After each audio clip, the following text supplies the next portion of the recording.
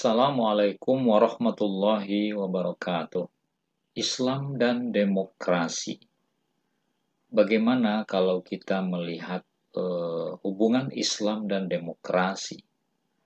Atau Islam itu bisa dikategorikan demokrasi? Dan kira-kira ada nggak perbedaan dan persamaan prinsip Islam dengan nilai-nilai yang terkandung dalam demokrasi? Demokrasi memang jargon yang diusung ya di era zaman modern, karena tidak mengherankan demokrasi itu tumbuh begitu pesat. Al-Farabi menyebutnya sebagai kebusukan ya dalam pemerintahan. Ada di dalam karyanya yang sangat monumental ya, Al-Madinah Al-Fadilah. Tapi sungguh pun demikian, banyak orang yang mengatakan bahwa demokrasi itu adalah salah satu pilihan ya, di antara pilihan-pilihan yang ada untuk saat ini. Lalu bagaimana Islam dan demokrasi? Kalau kita bicara tentang Islam yang hadir membawa nilai-nilai dan prinsip-prinsip yang mendukung ya hak asasi manusia, karena tugas utamanya Islam itu menjadikan Islam sebagai sesuatu yang membawa kebaikan untuk semua orang, khususnya dalam kehidupan bermasyarakat ataupun bernegara, sehingga Islam memberikan jaminan untuk dilakukannya upaya untuk menemukan sesuatu yang baru melalui ijtihad, misalnya penafsiran atau interpretasi terhadap nas-nas kitab suci maupun dari hadis Nabi. Islam dengan demokrasi memang harus dilihat sebagai sesuatu yang perlu diteliti secara mendalam ya. Dan mungkin ada kekurangan demokrasi yang bisa saja tidak sesuai dengan Islam yang perlu diluruskan. Walaupun pada sisi lain banyak juga pandangan yang mengatakan seperti Profesor Hasbi Asidiki yang menyebut bahwa ada nilai-nilai Islam dan nilai-nilai demokrasi yang memiliki persamaan. Namun di satu sisi ada perbedaan-perbedaan mendasar. Misalnya prinsip-prinsip permusyawaratan atau musyawarah di dalam Islam itu, musyawarah itu adalah semacam titik sentral dalam persoalan penyelesaian masalah dalam hidup bermasyarakat dan bernegara. Wasyawiruhum fil amri, ada dalam Al-Quran disebutkan seperti itu. Dan begitu juga prinsip-prinsip keadilan, di mana Islam itu banyak bicara tentang konsep keadilan, baik dengan istilah al-adalah atau dengan al-qis ya, atau al-mizan, di mana istilah-istilah tersebut bicara tentang keadilan, ya, keadilan untuk sesama.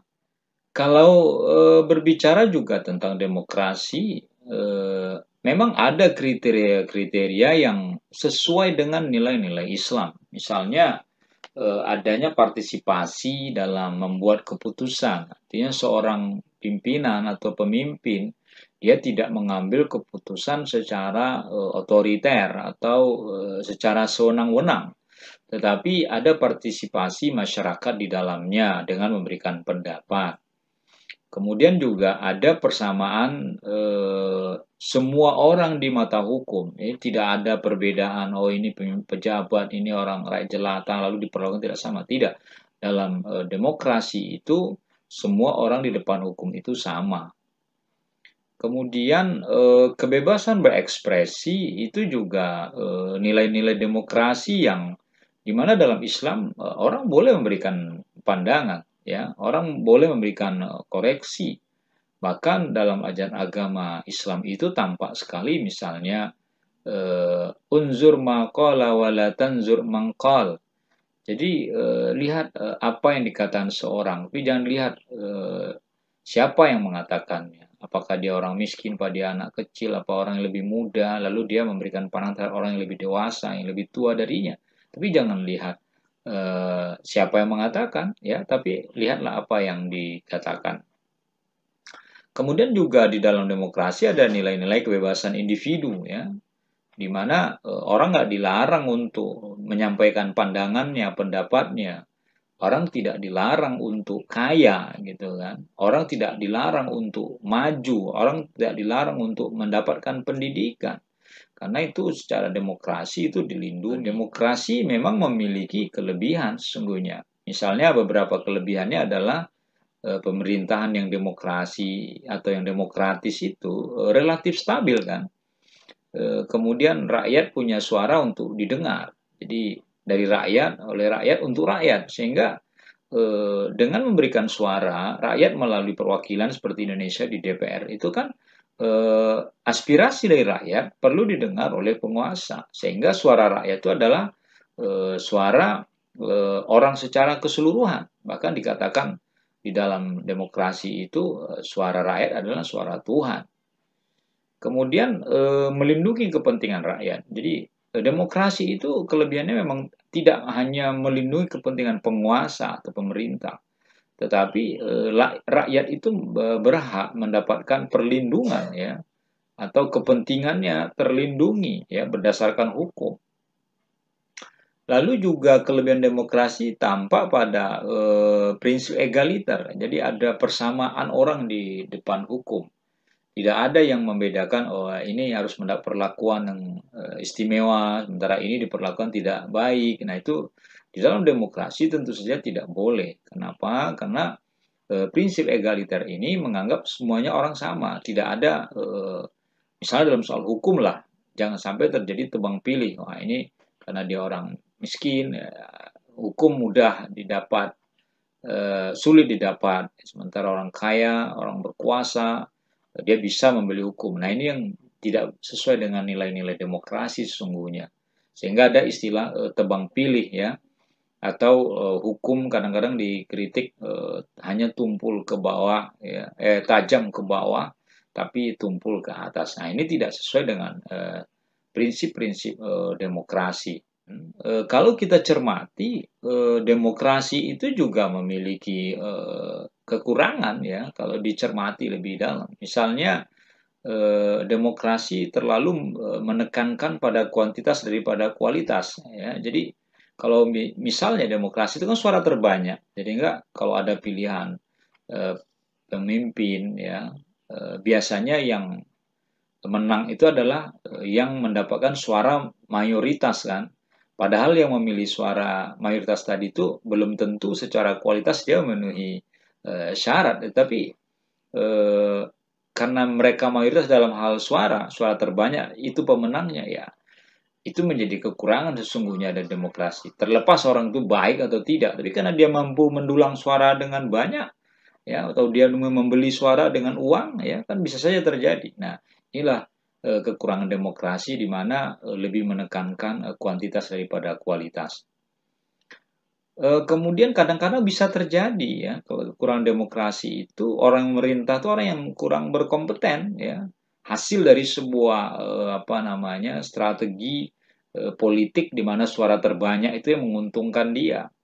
Padahal suara yang terbanyak yang mendukung atau memilihnya bukan mengangkat orang yang berkompeten, tetapi orang yang memang mampu dengan dana yang dia miliki, dengan pengaruh yang dia miliki, bukan karena kompetensinya, gitu.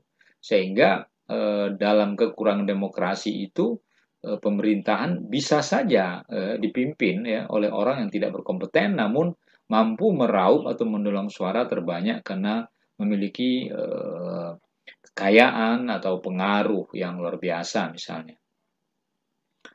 Lalu kemudian kekurangan demokrasi juga tampak pada bahwa penguasa itu atau orang yang berkuasa peluangnya besar pada orang kaya.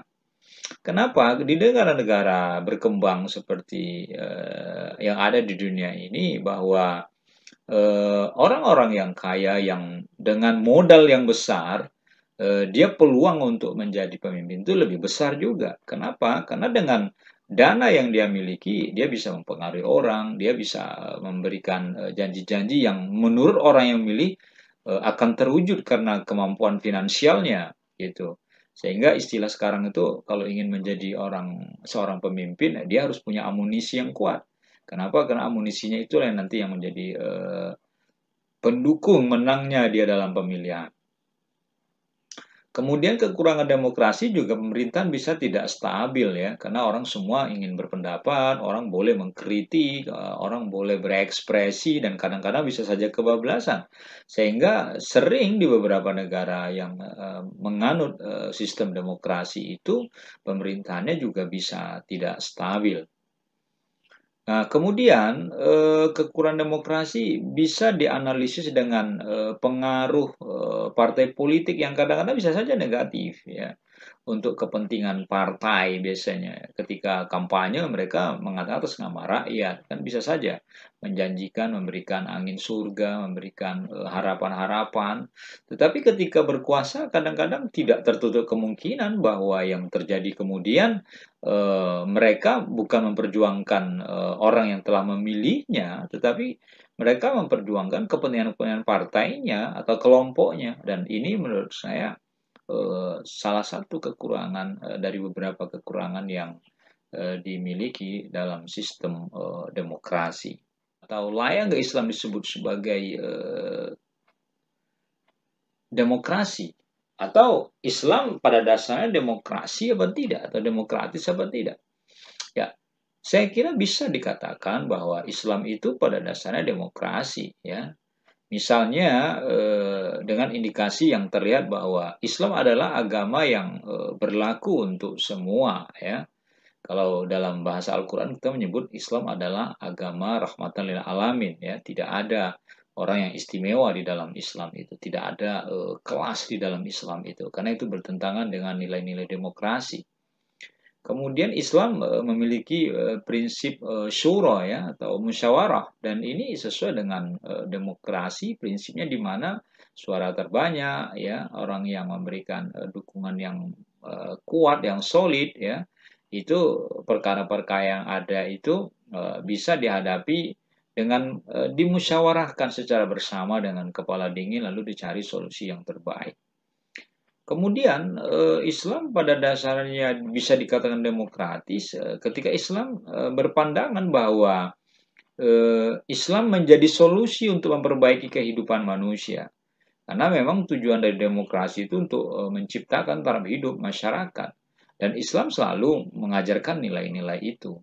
Sehingga tiga dasar ini menjadikan bahwa Islam pada dasarnya adalah demokratis. Nah, lalu kemudian bagaimana penyelenggaraan pemerintahan demokratis ya dalam Islam? Saya kira ada hal positif dari demokrasi yang bisa dipelajari dan bisa dijadikan sebagai dasar pijakan dalam pemerintahan Islam. Walaupun juga tadi ketika saya menjelaskan ada kekurangan-kekurangan demokrasi ya yang kadang tidak sejalan dengan sistem pemerintahan Islam.